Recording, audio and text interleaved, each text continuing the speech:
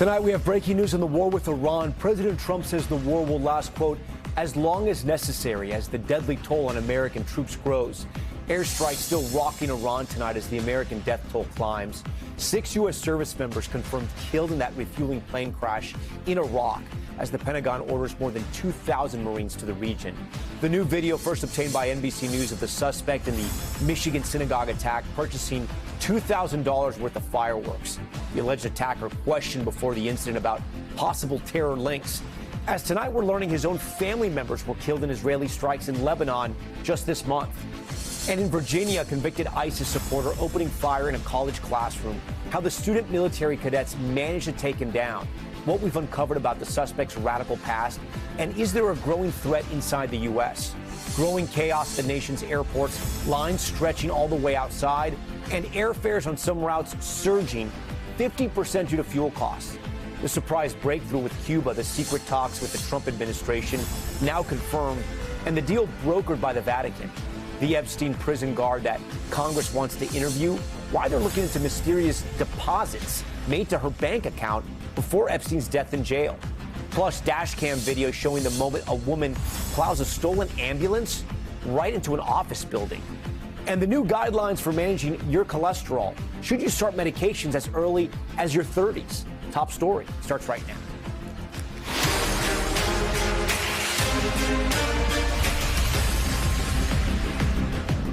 And good evening. Tonight we're following breaking news on the war with Iran. President Trump posting moments ago the U.S. has, quote, obliterated every military target on an Iranian island. I want to get right to NBC's Garrett Hake at the White House. Garrett, what do we know? Yeah, Tom, the president says these military targets on Kharg Island have all been destroyed. Kharg Island is a critical piece of Iran's oil infrastructure. It is far, I guess you would call it up in the north of the Persian Gulf, north of the Straits of Hormuz that we've been talking about for much of the last week. And it's essentially where much of Iran's oil industry and their export industry begins. What the president says he's done tonight is ordered this massive bombing raid that has destroyed the military targets on Kharg Island, but left intact the oil infrastructure. What's important then in the second half of this post is the president says if the Strait of Hormuz is not opened, he might reevaluate that decision, essentially kind of putting a gun to the head of Iran's oil industry, saying, you know, we've taken out these military targets. We could go back at any time and destroy the oil infrastructure that Iran would need to rebuild its economy if they don't open the straits, essentially leaving the ball in Iran's court to decide how they want to respond to that move by the U.S. military. Okay, and I think we have Keir Simmons as well, who's live for us in Dubai tonight. Keir, I want to bring you in on this conversation as well in this breaking news. Put this into perspective, right? I think Iran delivers 90% of their oil. It goes through this island. So how important is this, these strikes now on the island and what the way the president is describing this attack? Yeah, I mean, it's crucial, Tom, from the perspective, as you mentioned, for Iran's oil industry, but it's also crucial strategically because remember that the Strait of Hormuz, Kharg Island is right there on the Strait of Hormuz. And the Strait of Hormuz is 20 nautical miles wide. So this island plays a role if you want to dominate that strait, which is exactly what the Iranians have been doing. If you want to put it this way, effectively, the Iranians are able to say, from this island, we can target shipping. Now, of course, strait that is that narrow, they could stand in another part of that kind of strait, and they could also target shipping. But I think another part of this is the message that President Trump is trying to send. And effectively, what he's trying to do is to assert escalation dominance. What does that mean? That means that he is trying to say that every time Iran, you ramp things up, we will ramp things up more. We've now just hit that island, that crucial island. And as you hear from his statement there, he says, we can do more. We'll hit you harder. And he's kept saying that over the past days and 2 weeks since this war began. I think the crucial question here is how Iran will respond to it, because so far Iran has itself tried to escalate back, if you like, has tried to assert its ability to control the narrative and the strategic challenge of this war. And I suspect that you're going to find that Iran will try and do that again. But whether Iran considers that the threat to attack its oil industry is enough of a threat that it will back down. I mean, that's the big question here. And we did just this week, as you know, Tom, hear the new supreme leader of Iran, or at least hear his message, saying we are going to continue to control the Strait of Hormuz. We are going to continue to hit neighbors like UAE, where I am now, until you back down, America, until you back down, Israel.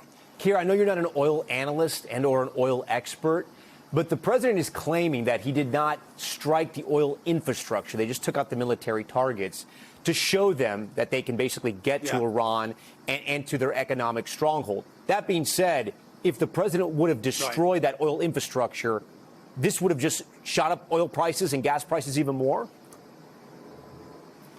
Yeah, it may have done.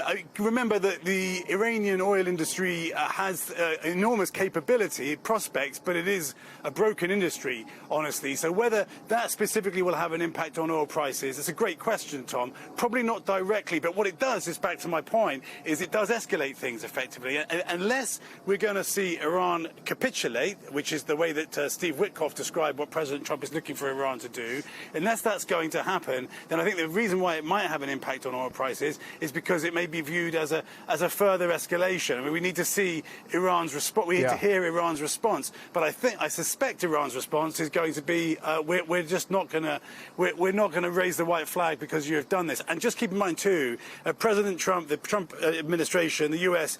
is another reason why it's not targeting Iran's oil industry is because should the regime fall, the hope would be that oil industry would be used to help finance the rebuilding of Iran. It's a good point. Yeah, it's a great point. I want to go back to Garrett for a moment here. Garrett, it's interesting, right? The president playing a bit of rope-a-dope here because he was asked directly about this morning on a Fox News radio interview.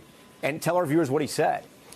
Yeah, Tom, the president kind of danced around the question, suggesting that the reporter, Brian Kilmeade, shouldn't have even asked it, that he wouldn't touch it, and that it was an inappropriate question to ask. It's striking to me, and we noted it at the time this morning, because it's very similar to what the president did 2 weeks ago today, when, as we now know, he had already ordered attacks on Iran, and when a reporter asked him, where he was in his decision-making process, said he wouldn't answer, and that that would be the scoop of a lifetime, but that he wasn't going to talk about it. It's a bit of a tell for the president as he's been making these big military decisions, often kind of in plain view, given how often he takes reporter questions on this. And Tom, if I may, I just want to add one other thing, the kind of complex geopolitical elements to all this that Keir was just talking about. There's another country that depends heavily on Iran's oil industry, and that's China. And the president, of course, has a very high-profile trip that he's planning to China in about 2 weeks' time. And having the Iranian oil industry taking totally offline as opposed to being bottled up in the Gulf is a big difference. And so how that plays into any decision he might make about further strikes on Kharg Island or on Iran's oil infrastructure, if indeed he's trying to escalate this conflict against Iran's economy, I think is sort of another factor that we should all keep in the back of our minds over these next couple of days. All right, Garrett, we thank you for that. Stand by for us. I want to get to Courtney Cuby. She covers the Pentagon for us. Courtney, what more do we know about this strike? I know the president sort of announced this to the world, sort of laying out the reasons why he did it, and also playing some sort of, if you will, combat chess with the Iranians, saying, be careful, leave the Strait of Hormuz, let us start having tankers pass through it or else. Yeah, I mean, there's a couple of things. There's the strategic nature of this strike. Number one, it's not only showing Iran, look, we can reach, the United States can reach Kharg Island, and we can take out your oil facilities there, which are expansive and critical to Iran's oil infrastructure and an overall program and economy, frankly.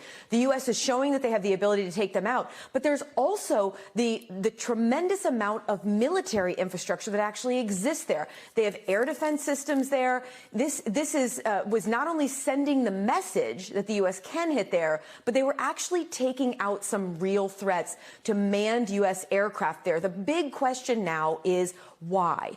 Is this President Trump and the U.S. military sending a message that, if you don't open the Strait of Hormuz and stop the threat of drones and mines and projectiles at commercial shipping in that region, then we will go back and we'll hit this oil? Or is this more about the president with some longer-term ambitions for the U.S. to have some kind of a role in the Iranian oil program, Tom? And then, Courtney, we don't know the answer to this question, but will Iran, as Keir was describing, wave the white flag, at least over the Strait of Hormuz, on this move now with the attack on the oil infrastructure island? It's so hard to know, but the reality is, if past is any indication of how they might act, Iran plays a long game, and they have for a long time. So I don't know that this is going to be the thing that pushes them over. This is not their only oil part of their major part of their oil infrastructure there. It's an important one, but it's not the only part of the program. So I don't know if this is going to be enough. I mean, again, it is a very serious threat that I imagine that the regime there is going to take seriously, but I don't know if it's going to be enough. The Strait of Hormuz is a extremely powerful chess piece for Iran to have. Courtney Cubie, Garrett Hake, and Keir Simmons, all for us tonight. We thank you. As the war rages on overseas tonight, we're following those two violent attacks here at home, both being investigated as possible acts of terror. The chilling new video tonight shows the suspect in the Michigan synagogue ramming, buying $2,000 worth of fireworks just 2 days before the attack. And tonight we're learning that suspect lost several family members in Israeli airstrikes on Lebanon just last week. And in Virginia, new details about the student military cadets who brought down the gunman in a deadly shooting at Old Dominion University. The shooter, convicted ISIS supporter who had been released from jail. There's no indication tonight the two attacks are linked as investigators work to determine the motives. We'll have more on Virginia in a moment, but first, Shaquille Brewster reports from Michigan. This new surveillance video, first obtained by NBC News, shows 41-year-old Ayman Mohammed Ghazali purchasing more than $2,000 worth of explosives at a Detroit area fireworks store. You can see him nearly filling the back of his pickup truck. 2 days later, he rammed his vehicle in this West Bloomfield Township synagogue with 140 preschoolers inside. This could have looked a lot more like Sandy Hook. Let's not lose sight of that. This is not a political debate. This is targeting babies who are Jewish. Here at the home of the suspected attacker, you see these fresh tire tracks on the ground, that window now boarded up. Neighbors say this entire block was closed for hours as law enforcement searched this home. Two senior officials tell NBC News investigators found gas canisters and equipment used to launch fireworks in the back of his vehicle, which may have been what caused it to burst into flames after armed guards opened fire. At some point during the gunfight, Ghazali suffers a self-inflicted gunshot wound to the head. The sheriff says 63 officers were hospitalized from smoke inhalation, but no children or staff members at the temple were injured. This was the best outcome of the worst situation. Investigators have not publicly identified a motive. A Lebanese official tells NBC News that several members of the suspect's family were killed in an Israeli airstrike in southern Lebanon last week, adding two of his adult brothers were known to be members of the Iranian-backed militant group Hezbollah. Patrols at Jewish facilities now ramped up across the country. Many, including those here in Michigan, already spend millions on private security every year. This is terrible. That is the number one thing we have to fund is security. We have to raise dollars just to keep everybody safe so they can be Jewish. And while the FBI says this suspect was never formally a target of an FBI investigation, a source familiar with the matter telling NBC News that after traveling overseas, he was questioned several times about potential contacts with suspected members of Hezbollah. The FBI earlier today saying it is way too early to speculate on that possible motive, but you bet this is going to definitely be part of the entire investigation. Tom? All right, Shaq Brewster for us. Now to that other possible terror attack we're following tonight. The new details we're learning about the brave group of cadets who took down the shooter at Old Dominion University. Ryan Nobles has that report. Tonight, new details about the attack in a Virginia college classroom full of military officers in training. Mohammed Jallo entered the classroom with a stolen Glock firearm that he illegally purchased, according to the Department of Justice, opening fire in a class full of ROTC cadets who went after him, one of them fatally stabbing the shooter. I feel like it is a small miracle that they were able to jump in and subdue him. Jallo was sentenced to 11 years in prison for providing material support to ISIS, but released early in 2024. While there, he participated in a substance abuse treatment program. The campus now mourning the loss of Lieutenant Colonel Brandon Shaw, killed in the attack. The governor tonight promising answers. It's extraordinarily important that we know, either here in Virginia or frankly anywhere else in the country where there are lapses in the system. With increased political tensions in the U.S. and a war raging overseas, the possibility of terror attacks are increasingly in the back of people's minds. When you hear it's like could be a terrorist attack, it's like it just hits you a second time. According to terror expert Clark, there is reason to be concerned. We absolutely need to brace for more of these attacks going forward. We've long known Iran to rely on a strategy of forward deployed sleeper cells. And if there was ever a time for the regime to use it, it would be now. And that threat is something Governor Spanberger hopes the Trump administration is paying attention to. This is hopefully a wake-up call that the FBI should be permitted to focus on their core priorities, to include investigating and thwarting terrorist attacks against the American people. And in addition to the threat here at Old Dominion University, at least 5 other Virginia colleges reported bomb threats today, including the University of Virginia. But none of those threats turned out to be legitimate. Tom. All right, Brian, we thank you for that. For more on these 2 potential acts of terror, I want to bring in Carl Schmay. He's a retired FBI supervisory special agent and a joint terrorism task force supervisor. Carl, you worked at the FBI for 22 years. Walk us through how investigators are looking into motive here. How do they assess whether the perpetrator is a lone wolf or if all these different incidents, not only in the U.S., but just across the border, also in Canada, are connected? Yeah, hi, Tom. So the JTTFs are going to be very busy this weekend. For both of these subjects, they're going to be doing a deep dive into their background. They're going to be interviewing family members, associates. They're going to be executing search warrants on their residences, on their vehicles, any storage units. They're also going to be looking at any electronic devices they can get hold of, whether that be a phone or computer, see if they can get hold of emails, social media accounts. Anything that's going to be able to shed some light on these perpetrators' mindset. Who were they talking to? What were they thinking? What sort of material were they consuming that might have motivated them to take these actions? And then the man accused in this Virginia attack is a convicted ISIS supporter. How did he even get a gun? And is this someone the FBI would have been keeping an eye on even after his release?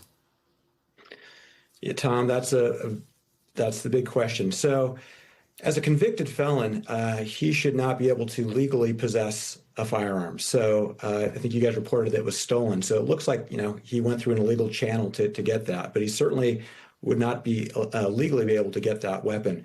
And in terms of whether the FBI would monitor him, once a person has served their time in prison, unless there's some extenuating circumstances to reopen an investigation, that person is free to live their life. So the question is going to be, why did the Federal Bureau of Prisons decide to release him early? They clearly he got some time off for good behavior. But were there any red flags there that could have indicated that he still had these radical beliefs? Yeah, and then these incidents have no connection, but at least that we know of yet. But is there something to be said about the threat level in the U.S. increasing when there's a war abroad, like a place like Iran? Yeah, Tom. So what we're seeing is that the violence is not being contained to Iran or to the Middle East. It's now coming here to the U.S. homeland. And so I think the takeaway is, yes, everybody needs to be vigilant. We've seen 2 attacks. There was a couple prior that might have been terrorism as well. And preparation is key. These attacks could have been much, much worse, except in the case of the Dearborn attack, they had a trained security team that leapt into action. They put themselves in harm's way. And then we also saw that in the Old Dominion attack as well. So the guidance, when I train active shooter response, it's the same what the FBI teaches. It's run, hide, fight. And if you're cornered, you've got to fight for your life. And it sounds like that's what those students did in Old Dominion. They didn't have guns. One guy sounds like he had a knife, and that was enough to do what he had to do to stop the shooter and prevent further bloodshed. Carl Schmay, we thank you for being here tonight. There's another big story we're tracking. It's a severe weather. The Midwest bracing for a blizzard. Strong winds there already sweeping in. Take a look at this, a semi-truck almost going over in Ohio. Wow, that's incredible. This was blasted on the highway by a powerful wind. It's going to be a dangerous weekend for millions. Let's get right to meteorologist Bill Cairns. Bill, let's start with the blizzard. Time it out for us. Yeah, storm of the winter. Minnesota, Wisconsin, Upper Peninsula of Michigan. Those are the areas that you have to prepare for the storm, and maybe power outages being in your home for a day or two until you get dug out. So this storm that we're watching now in the Great Lakes, this is a separate storm. And this one was bad enough. We have over 500,000 people without power in Ohio because of the strong gusty winds. The blizzard storm is now just moving through the Intermountain West, bringing snow to a lot of the high elevations, windy conditions in the Pacific Northwest. Blizzard warnings already up in South Dakota, and we'll see these expand. This could be one of our top 5 all-time snowfall events in Minneapolis, possibly Green Bay, too. Anywhere in blue, plowable. But where you're in this pink color and purple, this is where you may be in your home for a lot longer than you'd like. The National Weather Service is predicting anywhere from 19 to 31, 24 inches. Minneapolis, 20 inches of snow. This is a big snowstorm. And with all, the high winds, it's going to be blowing and drifting. And on top of all that, severe weather outbreak likely with the southern portion of the storm on Sunday from Memphis all the way northwards to St. Louis. And then that reaches the East Coast on Monday. And what's wild is at the same exact time, we are watching numerous record highs in the West. We have an epic March heat wave coming. Tom, we said it yesterday, and I'll say it again. Phoenix has only hit 100 one time in the month of March. Look at these temperatures towards the end of next week. 105, unprecedented. Incredible weather all throughout this winter. It really has been one for the books. Bill, we thank you for that. We're going to be back in a moment with tensions flaring in Congress. Multiple right-wing lawmakers posting anti-Muslim statements, not backing down despite harsh criticisms. Our team's on the Hill tracking the rise of Islamophobia. More airport misery, security lines stretching for hours as TSA workers miss their second paycheck. What you need to know if you're traveling this weekend. Plus, the investigation into Jeffrey Epstein, why one of the guards on duty when he died is under new scrutiny. Stay with us.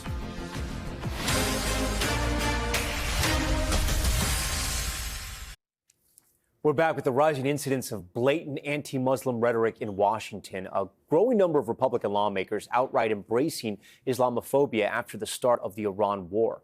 Florida Congressman Randy Fine writing, quote, "We need more Islamophobia, not less." Texas Representative Brandon Gill calling for, quote, "No more Muslims immigrating to America." Echoing Tennessee Representative Andy Ogles, who said, quote, "Muslims don't belong in American society." And Alabama Senator Tommy Tuberville sharing a side-by-side of Zohran Mamdani, the first Muslim mayor of New York City, and a photo of the 9/11 terror attack saying the enemy is inside the gates. Meanwhile, the president himself blaming recent attacks with potential terror links on the genetics of the suspects. Here's what Speaker Mike Johnson had to say about those comments from fellow Republicans. I've spoken to those members and all members, as I always do, about our tone and our message and what we say. There's a lot of energy in the country and a lot of popular sentiment that the demand to impose Sharia law in America is a serious problem. That's what animates this, and that's the language that people use. It's different language than I would use, but I think that that's a serious issue. NBC's Melanie Zanona joins us from D.C. to break this down. Melanie, is there any response from the Republican colleagues and leaders to what is clearly anti-Muslim hate? Yeah, well, this has become an increasingly common and apparently acceptable position in the Republican Party. We have just seen some really blatant Islamophobic rhetoric coming from some Republicans in Congress, particularly after the Iran war started. Yet very few, if any, Republicans are condemning these remarks from their GOP colleagues. And Republican leadership has zero interest in punishing these members. Tom, you played that sound from Speaker Mike Johnson. He said he wouldn't have personally used that rhetoric, and he did not say that he was going to enact any sort of disciplinary action on these members. And it's a far cry from just a few years ago when the Republican leadership at the time, they actually stripped former Congressman Steve King of his committee assignments for just questioning why the terms white nationalism and white supremacy were so offensive. Now, though, today, Republicans largely just shrugging aside this inflammatory rhetoric, which has become just increasingly common inside the GOP. Are Democrats trying anything in terms of accountability, and do they have any shot of getting that through? Well, Democrats, they are trying to push for accountability. They are completely outraged. Catherine Clark, she's a member of the Democratic leadership. She wrote on social media that Randy Fine and Tommy Tuberville, two of those lawmakers you mentioned, she called them vile bigots. She also called out the silence from Republican leaders. And meanwhile, Democrats are currently discussing several measures to try to discipline some of those members. That includes one resolution that would censure Andy Ogles and also kick him off the House Homeland Security Committee. But without Republican support, Tom, those measures likely to go nowhere on Capitol Hill. Okay, Melanie Zanona for us. Melanie, we thank you for that. Now to two big warnings for spring break travelers. Long lines growing again at airports around the country, and ticket prices jumping more than 50% in some cases as the cost of oil and jet fuel soar. Tom Costello has this one.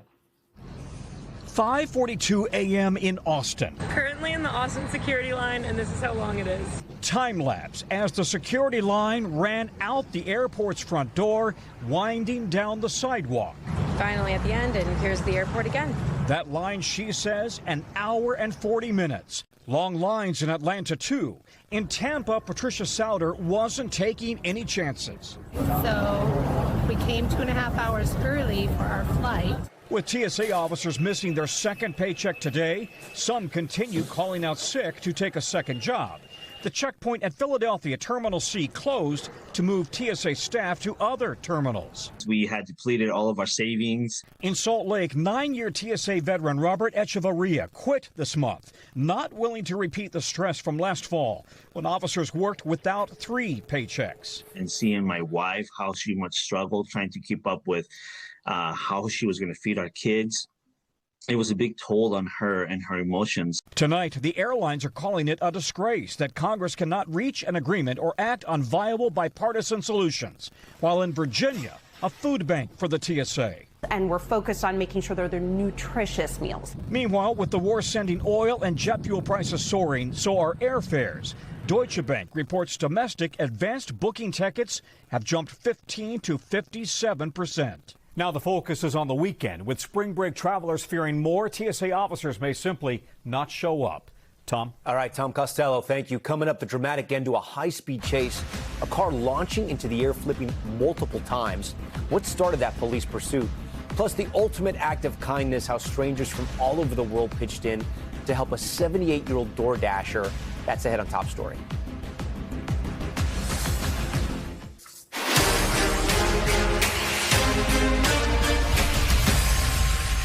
We're back now with the investigation to Jeffrey Epstein. The House Oversight Committee asking to interview one of the prison guards who was on duty when Epstein died. It comes after DOJ documents raised new questions about her actions. NBC's Sam Brock reports. Tonight, the House committee investigating Jeffrey Epstein is calling for the testimony of a prison guard working the night of his death. Committee Chairman James Comer requesting Tova Noel, a former guard at Metropolitan Correctional Center, appear for an in-person transcribed interview. No one's accusing her of any wrongdoing, but we have a lot of questions about Epstein. Honestly, most people on the committee aren't confident 100% that Epstein's death was by suicide. The circumstances surrounding Epstein's death have been the driver of conspiracy since 2019. NBC News has learned that disgraced financier Jeffrey Epstein is dead. Though investigations so far have found no evidence of wrongdoing. But millions of pages of Epstein files released by the DOJ at the behest of Congress are reigniting questions about what happened that night, including Noel's Google history, which, according to some of those documents, revealed Noel searched latest on Epstein in jail at 5:42 a.m. and then again at 5:52, roughly 40 minutes before he was found dead inside his cell. The documents also revealing she Googled other prisoners too and shopped for furniture online. But the bigger red flag for Comer is a $5,000 cash deposit made into her account on July 30th, 2019. That's according to DOJ documents, 11 days before Epstein's death. It's very concerning, especially the suspicious activity report on a $5,000 mysterious deposit that she had. One of several payments that J.P. Morgan Chase spotlighted in a suspicious activity report to the FBI that encompassed a dozen cash deposits made by Noel starting in April of 2018, before Epstein was arrested the following year. Noel and another guard on duty that night were charged with falsifying reports in 2019, accused of failing to do proper checks of Epstein's cell every 30 minutes. The charges were ultimately dismissed in 2022, in part because they agreed to cooperate with a federal probe.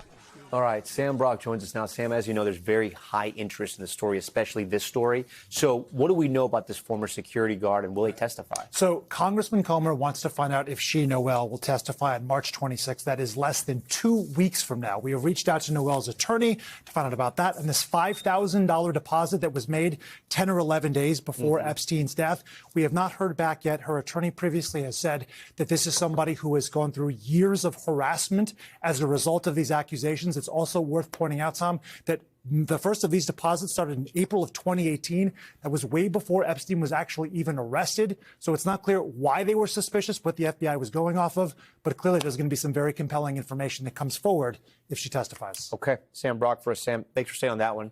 Now to Top Stories newsfeed. We start in Washington, where a federal judge today halted subpoenas that the Justice Department served to Federal Reserve Chair Jerome Powell. It's related to an investigation reportedly about the management of renovations to the central bank's office buildings. The judge writing the government has produced essentially zero evidence to suspect Chair Powell of a crime. U.S. Attorney Jeanine Pirro says her office plans to appeal. In Wisconsin, dash cam of a police chase ending with a wild rollover crash. Watch as the driver swerves off the road, hits a ditch, and goes airborne, flipping several times before stepping on its side. Deputies smashing the windshield to help the two people trapped inside. Both were taken to the hospitals, but only with minor injuries. They say the driver was on probation. He was going nearly 100 miles an hour. And a life-changing surprise for a 78-year-old Richard Pulley, who came out of retirement to make ends meet after his wife lost her job. The couple had been working as DoorDash drivers in Tennessee, tag-teaming deliveries when one customer posted a video about them that went viral. The woman set up a GoFundMe campaign, bringing in thousands of donations from all over the world. And just today, get this, it hit more than $600,000, life-changing money, and hopefully they can now retire. And after 30 years on the air, Access Hollywood is getting canceled. NBC Universal announcing it's axing the celebrity news show, the first-run syndicated TV program. It's also cutting Access Live, Karamo, and the Steve Wilkos Show.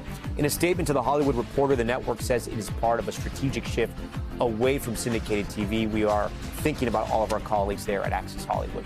And new video out of Idaho showing a stolen ambulance crash into an office building. Police say this woman hopped in the driver's seat, then pulled over and loaded up the back with gas canisters. Minutes later, you see her smashing into the building before getting out and dumping the fuel. Authorities say she wanted to set the place on fire. The woman has pleaded not guilty to all charges.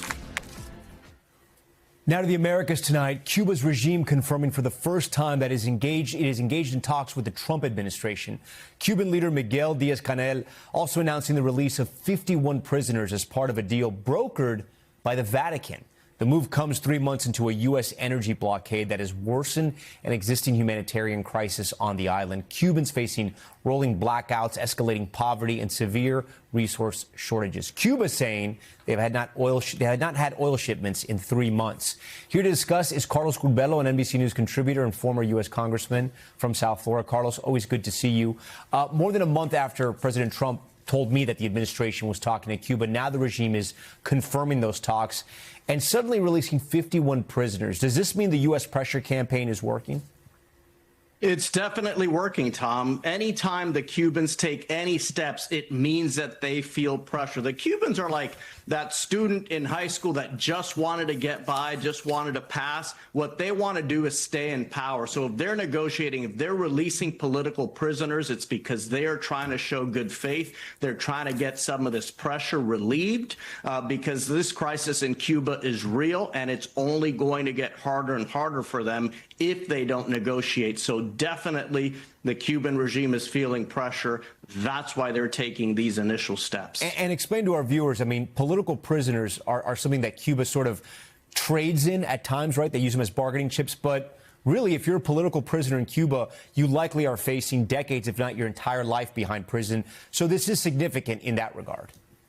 That's right. Part of the strategy for the regime for almost 68 years now, Tom, is to put people in prison, those people who disagree with the government, who challenge the government, and then whenever they are useful, to release these prisoners to try to win some points with governments like the Vatican that can then advocate for the Cuban regime. The Vatican very strongly encouraging the United States to have a dialogue with Cuba to relieve some of the pressure that's being applied through some of these economic sanctions and the blockade of oil, right? So, yes, political prisoners, sadly, are a currency for the Cuban regime, and they use those prisoners to their advantage. In this case, it really does look like another classic example, Tom, of the Cuban regime trying to buy time, trying to do everything they can to stay in power, relieve a little pressure, make this crisis a little less acute, and keep going. Yeah, we know that Florida Congressman Mario Diaz-Balart said these talks were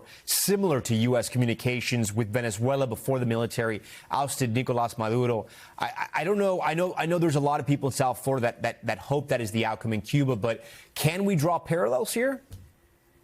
Well, clearly the two countries are related. Clearly the strategies are related here. The fact that the United States went into Venezuela and extracted the head of state, that certainly applies pressure on the Cuban regime. We know that the Justice Department is looking for ways to indict Cuban leaders. So that's another way of signaling to the Cuban regime that an operation of that nature could be possible in Cuba. It doesn't seem that that's likely right now, but just the fact that it's a possibility does apply pressure. What I think a lot of exiles in South Florida in particular feel, Tom, is that maybe this negotiation is just too similar to Venezuela, where the regime is kept in place, where President Trump finds someone from the Castro family who he can deal with. That person remains in power, and there isn't some real substantive change on the island, concrete steps towards freedom, democracy, and human rights. That is a big concern right now.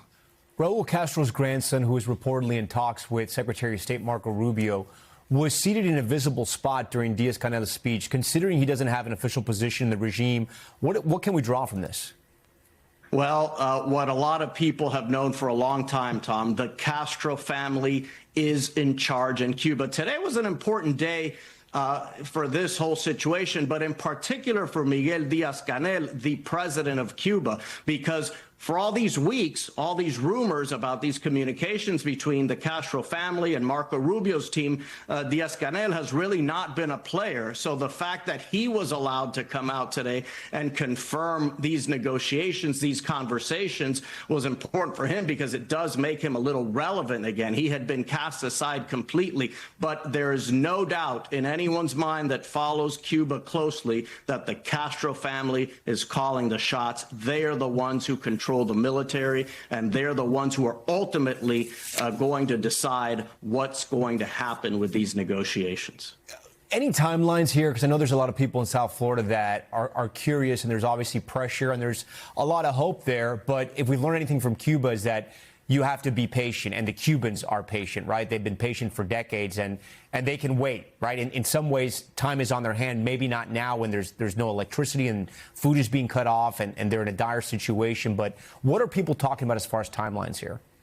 Well, that's right, Tom. And the Cubans do have a high tolerance for pain. They have gone through very difficult periods in the past, right after the collapse of the Soviet Union, the so-called periodo especial, the special period in Cuba. So they have gone through this before, and their strategy, again, will be to remain in power. In terms of the Trump administration, I don't think there's a lot of urgency, but I do think it's something that they would like to get done prior to the midterm elections. There are 3 Cuban-American members of Congress down here who would really like to show to their constituents that they got something big done with regards to Cuba. So I do think that for the Trump administration, they would really like to see something by the summer.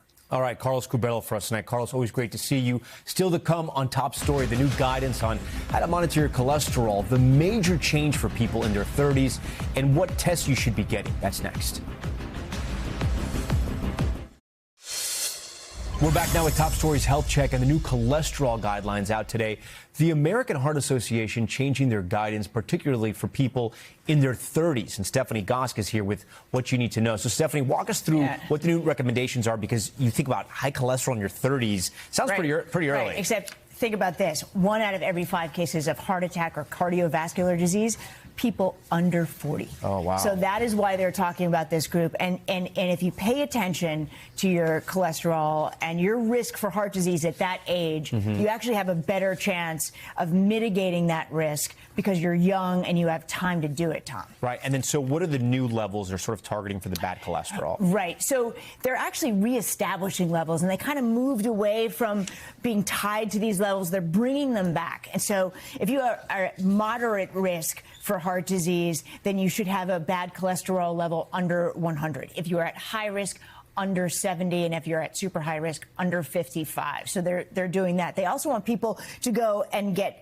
tested as well. And there are a couple of different tests that they want people to do. There's a risk calculator that is more precise that they are launching, which will tell you your risk for heart disease. And then there's one other thing, and this was new to me. There's a test called lipoprotein A. This is a type of genetic cholesterol, and they want every adult to test just once to see where they are. You can't mitigate it with lifestyle changes, but it can give you some gauge if you need to pay closer attention to this. So that's a test that's out there, and there are new drugs that are out there potentially to help people with that kind of cholesterol. So many of these tests now predicting the future of your health. You know, I think we all know the advice, but I should ask you anyway. What are some of the sort of the best practices? I know it's not eating the chicken fried steak, not hanging out at Outback. So what are some of the good tips? All of us could probably eat better. Yeah. All of us could exercise more, but there are those of us who are genetically inclined to just have high cholesterol. And when you get in that place, then you need some medical attention. And, you know, well, there you go. You've got fish. I mean, all that stuff looks great. I also think the cookies look good, too. So maybe. I like the store-bought cakes. That actually looks like one of those cakes that you cut into and, like, the surprise. What are those cakes called? Those are so good. Or maybe not some good for cholesterol. Ice cream in the middle. No, you know what that has, like the candy in the middle? Like, it was like all the rage a few years ago. People still get them. They're really. And come on, Ritz crackers. Come on. And cheese. No, crushed cheese. Little vino. Maybe don't avoid it. Maybe just limit it. Just limit it. You got to limit it. Everything in moderation. Stephanie, thank you. That does it for us. Thanks so much for watching Top Story. I'm Tom Llamas in New York. Stay right there. More news on the way. We thank you for watching. And remember, stay updated on breaking news and top stories on the NBC News app or watch live on our YouTube channel.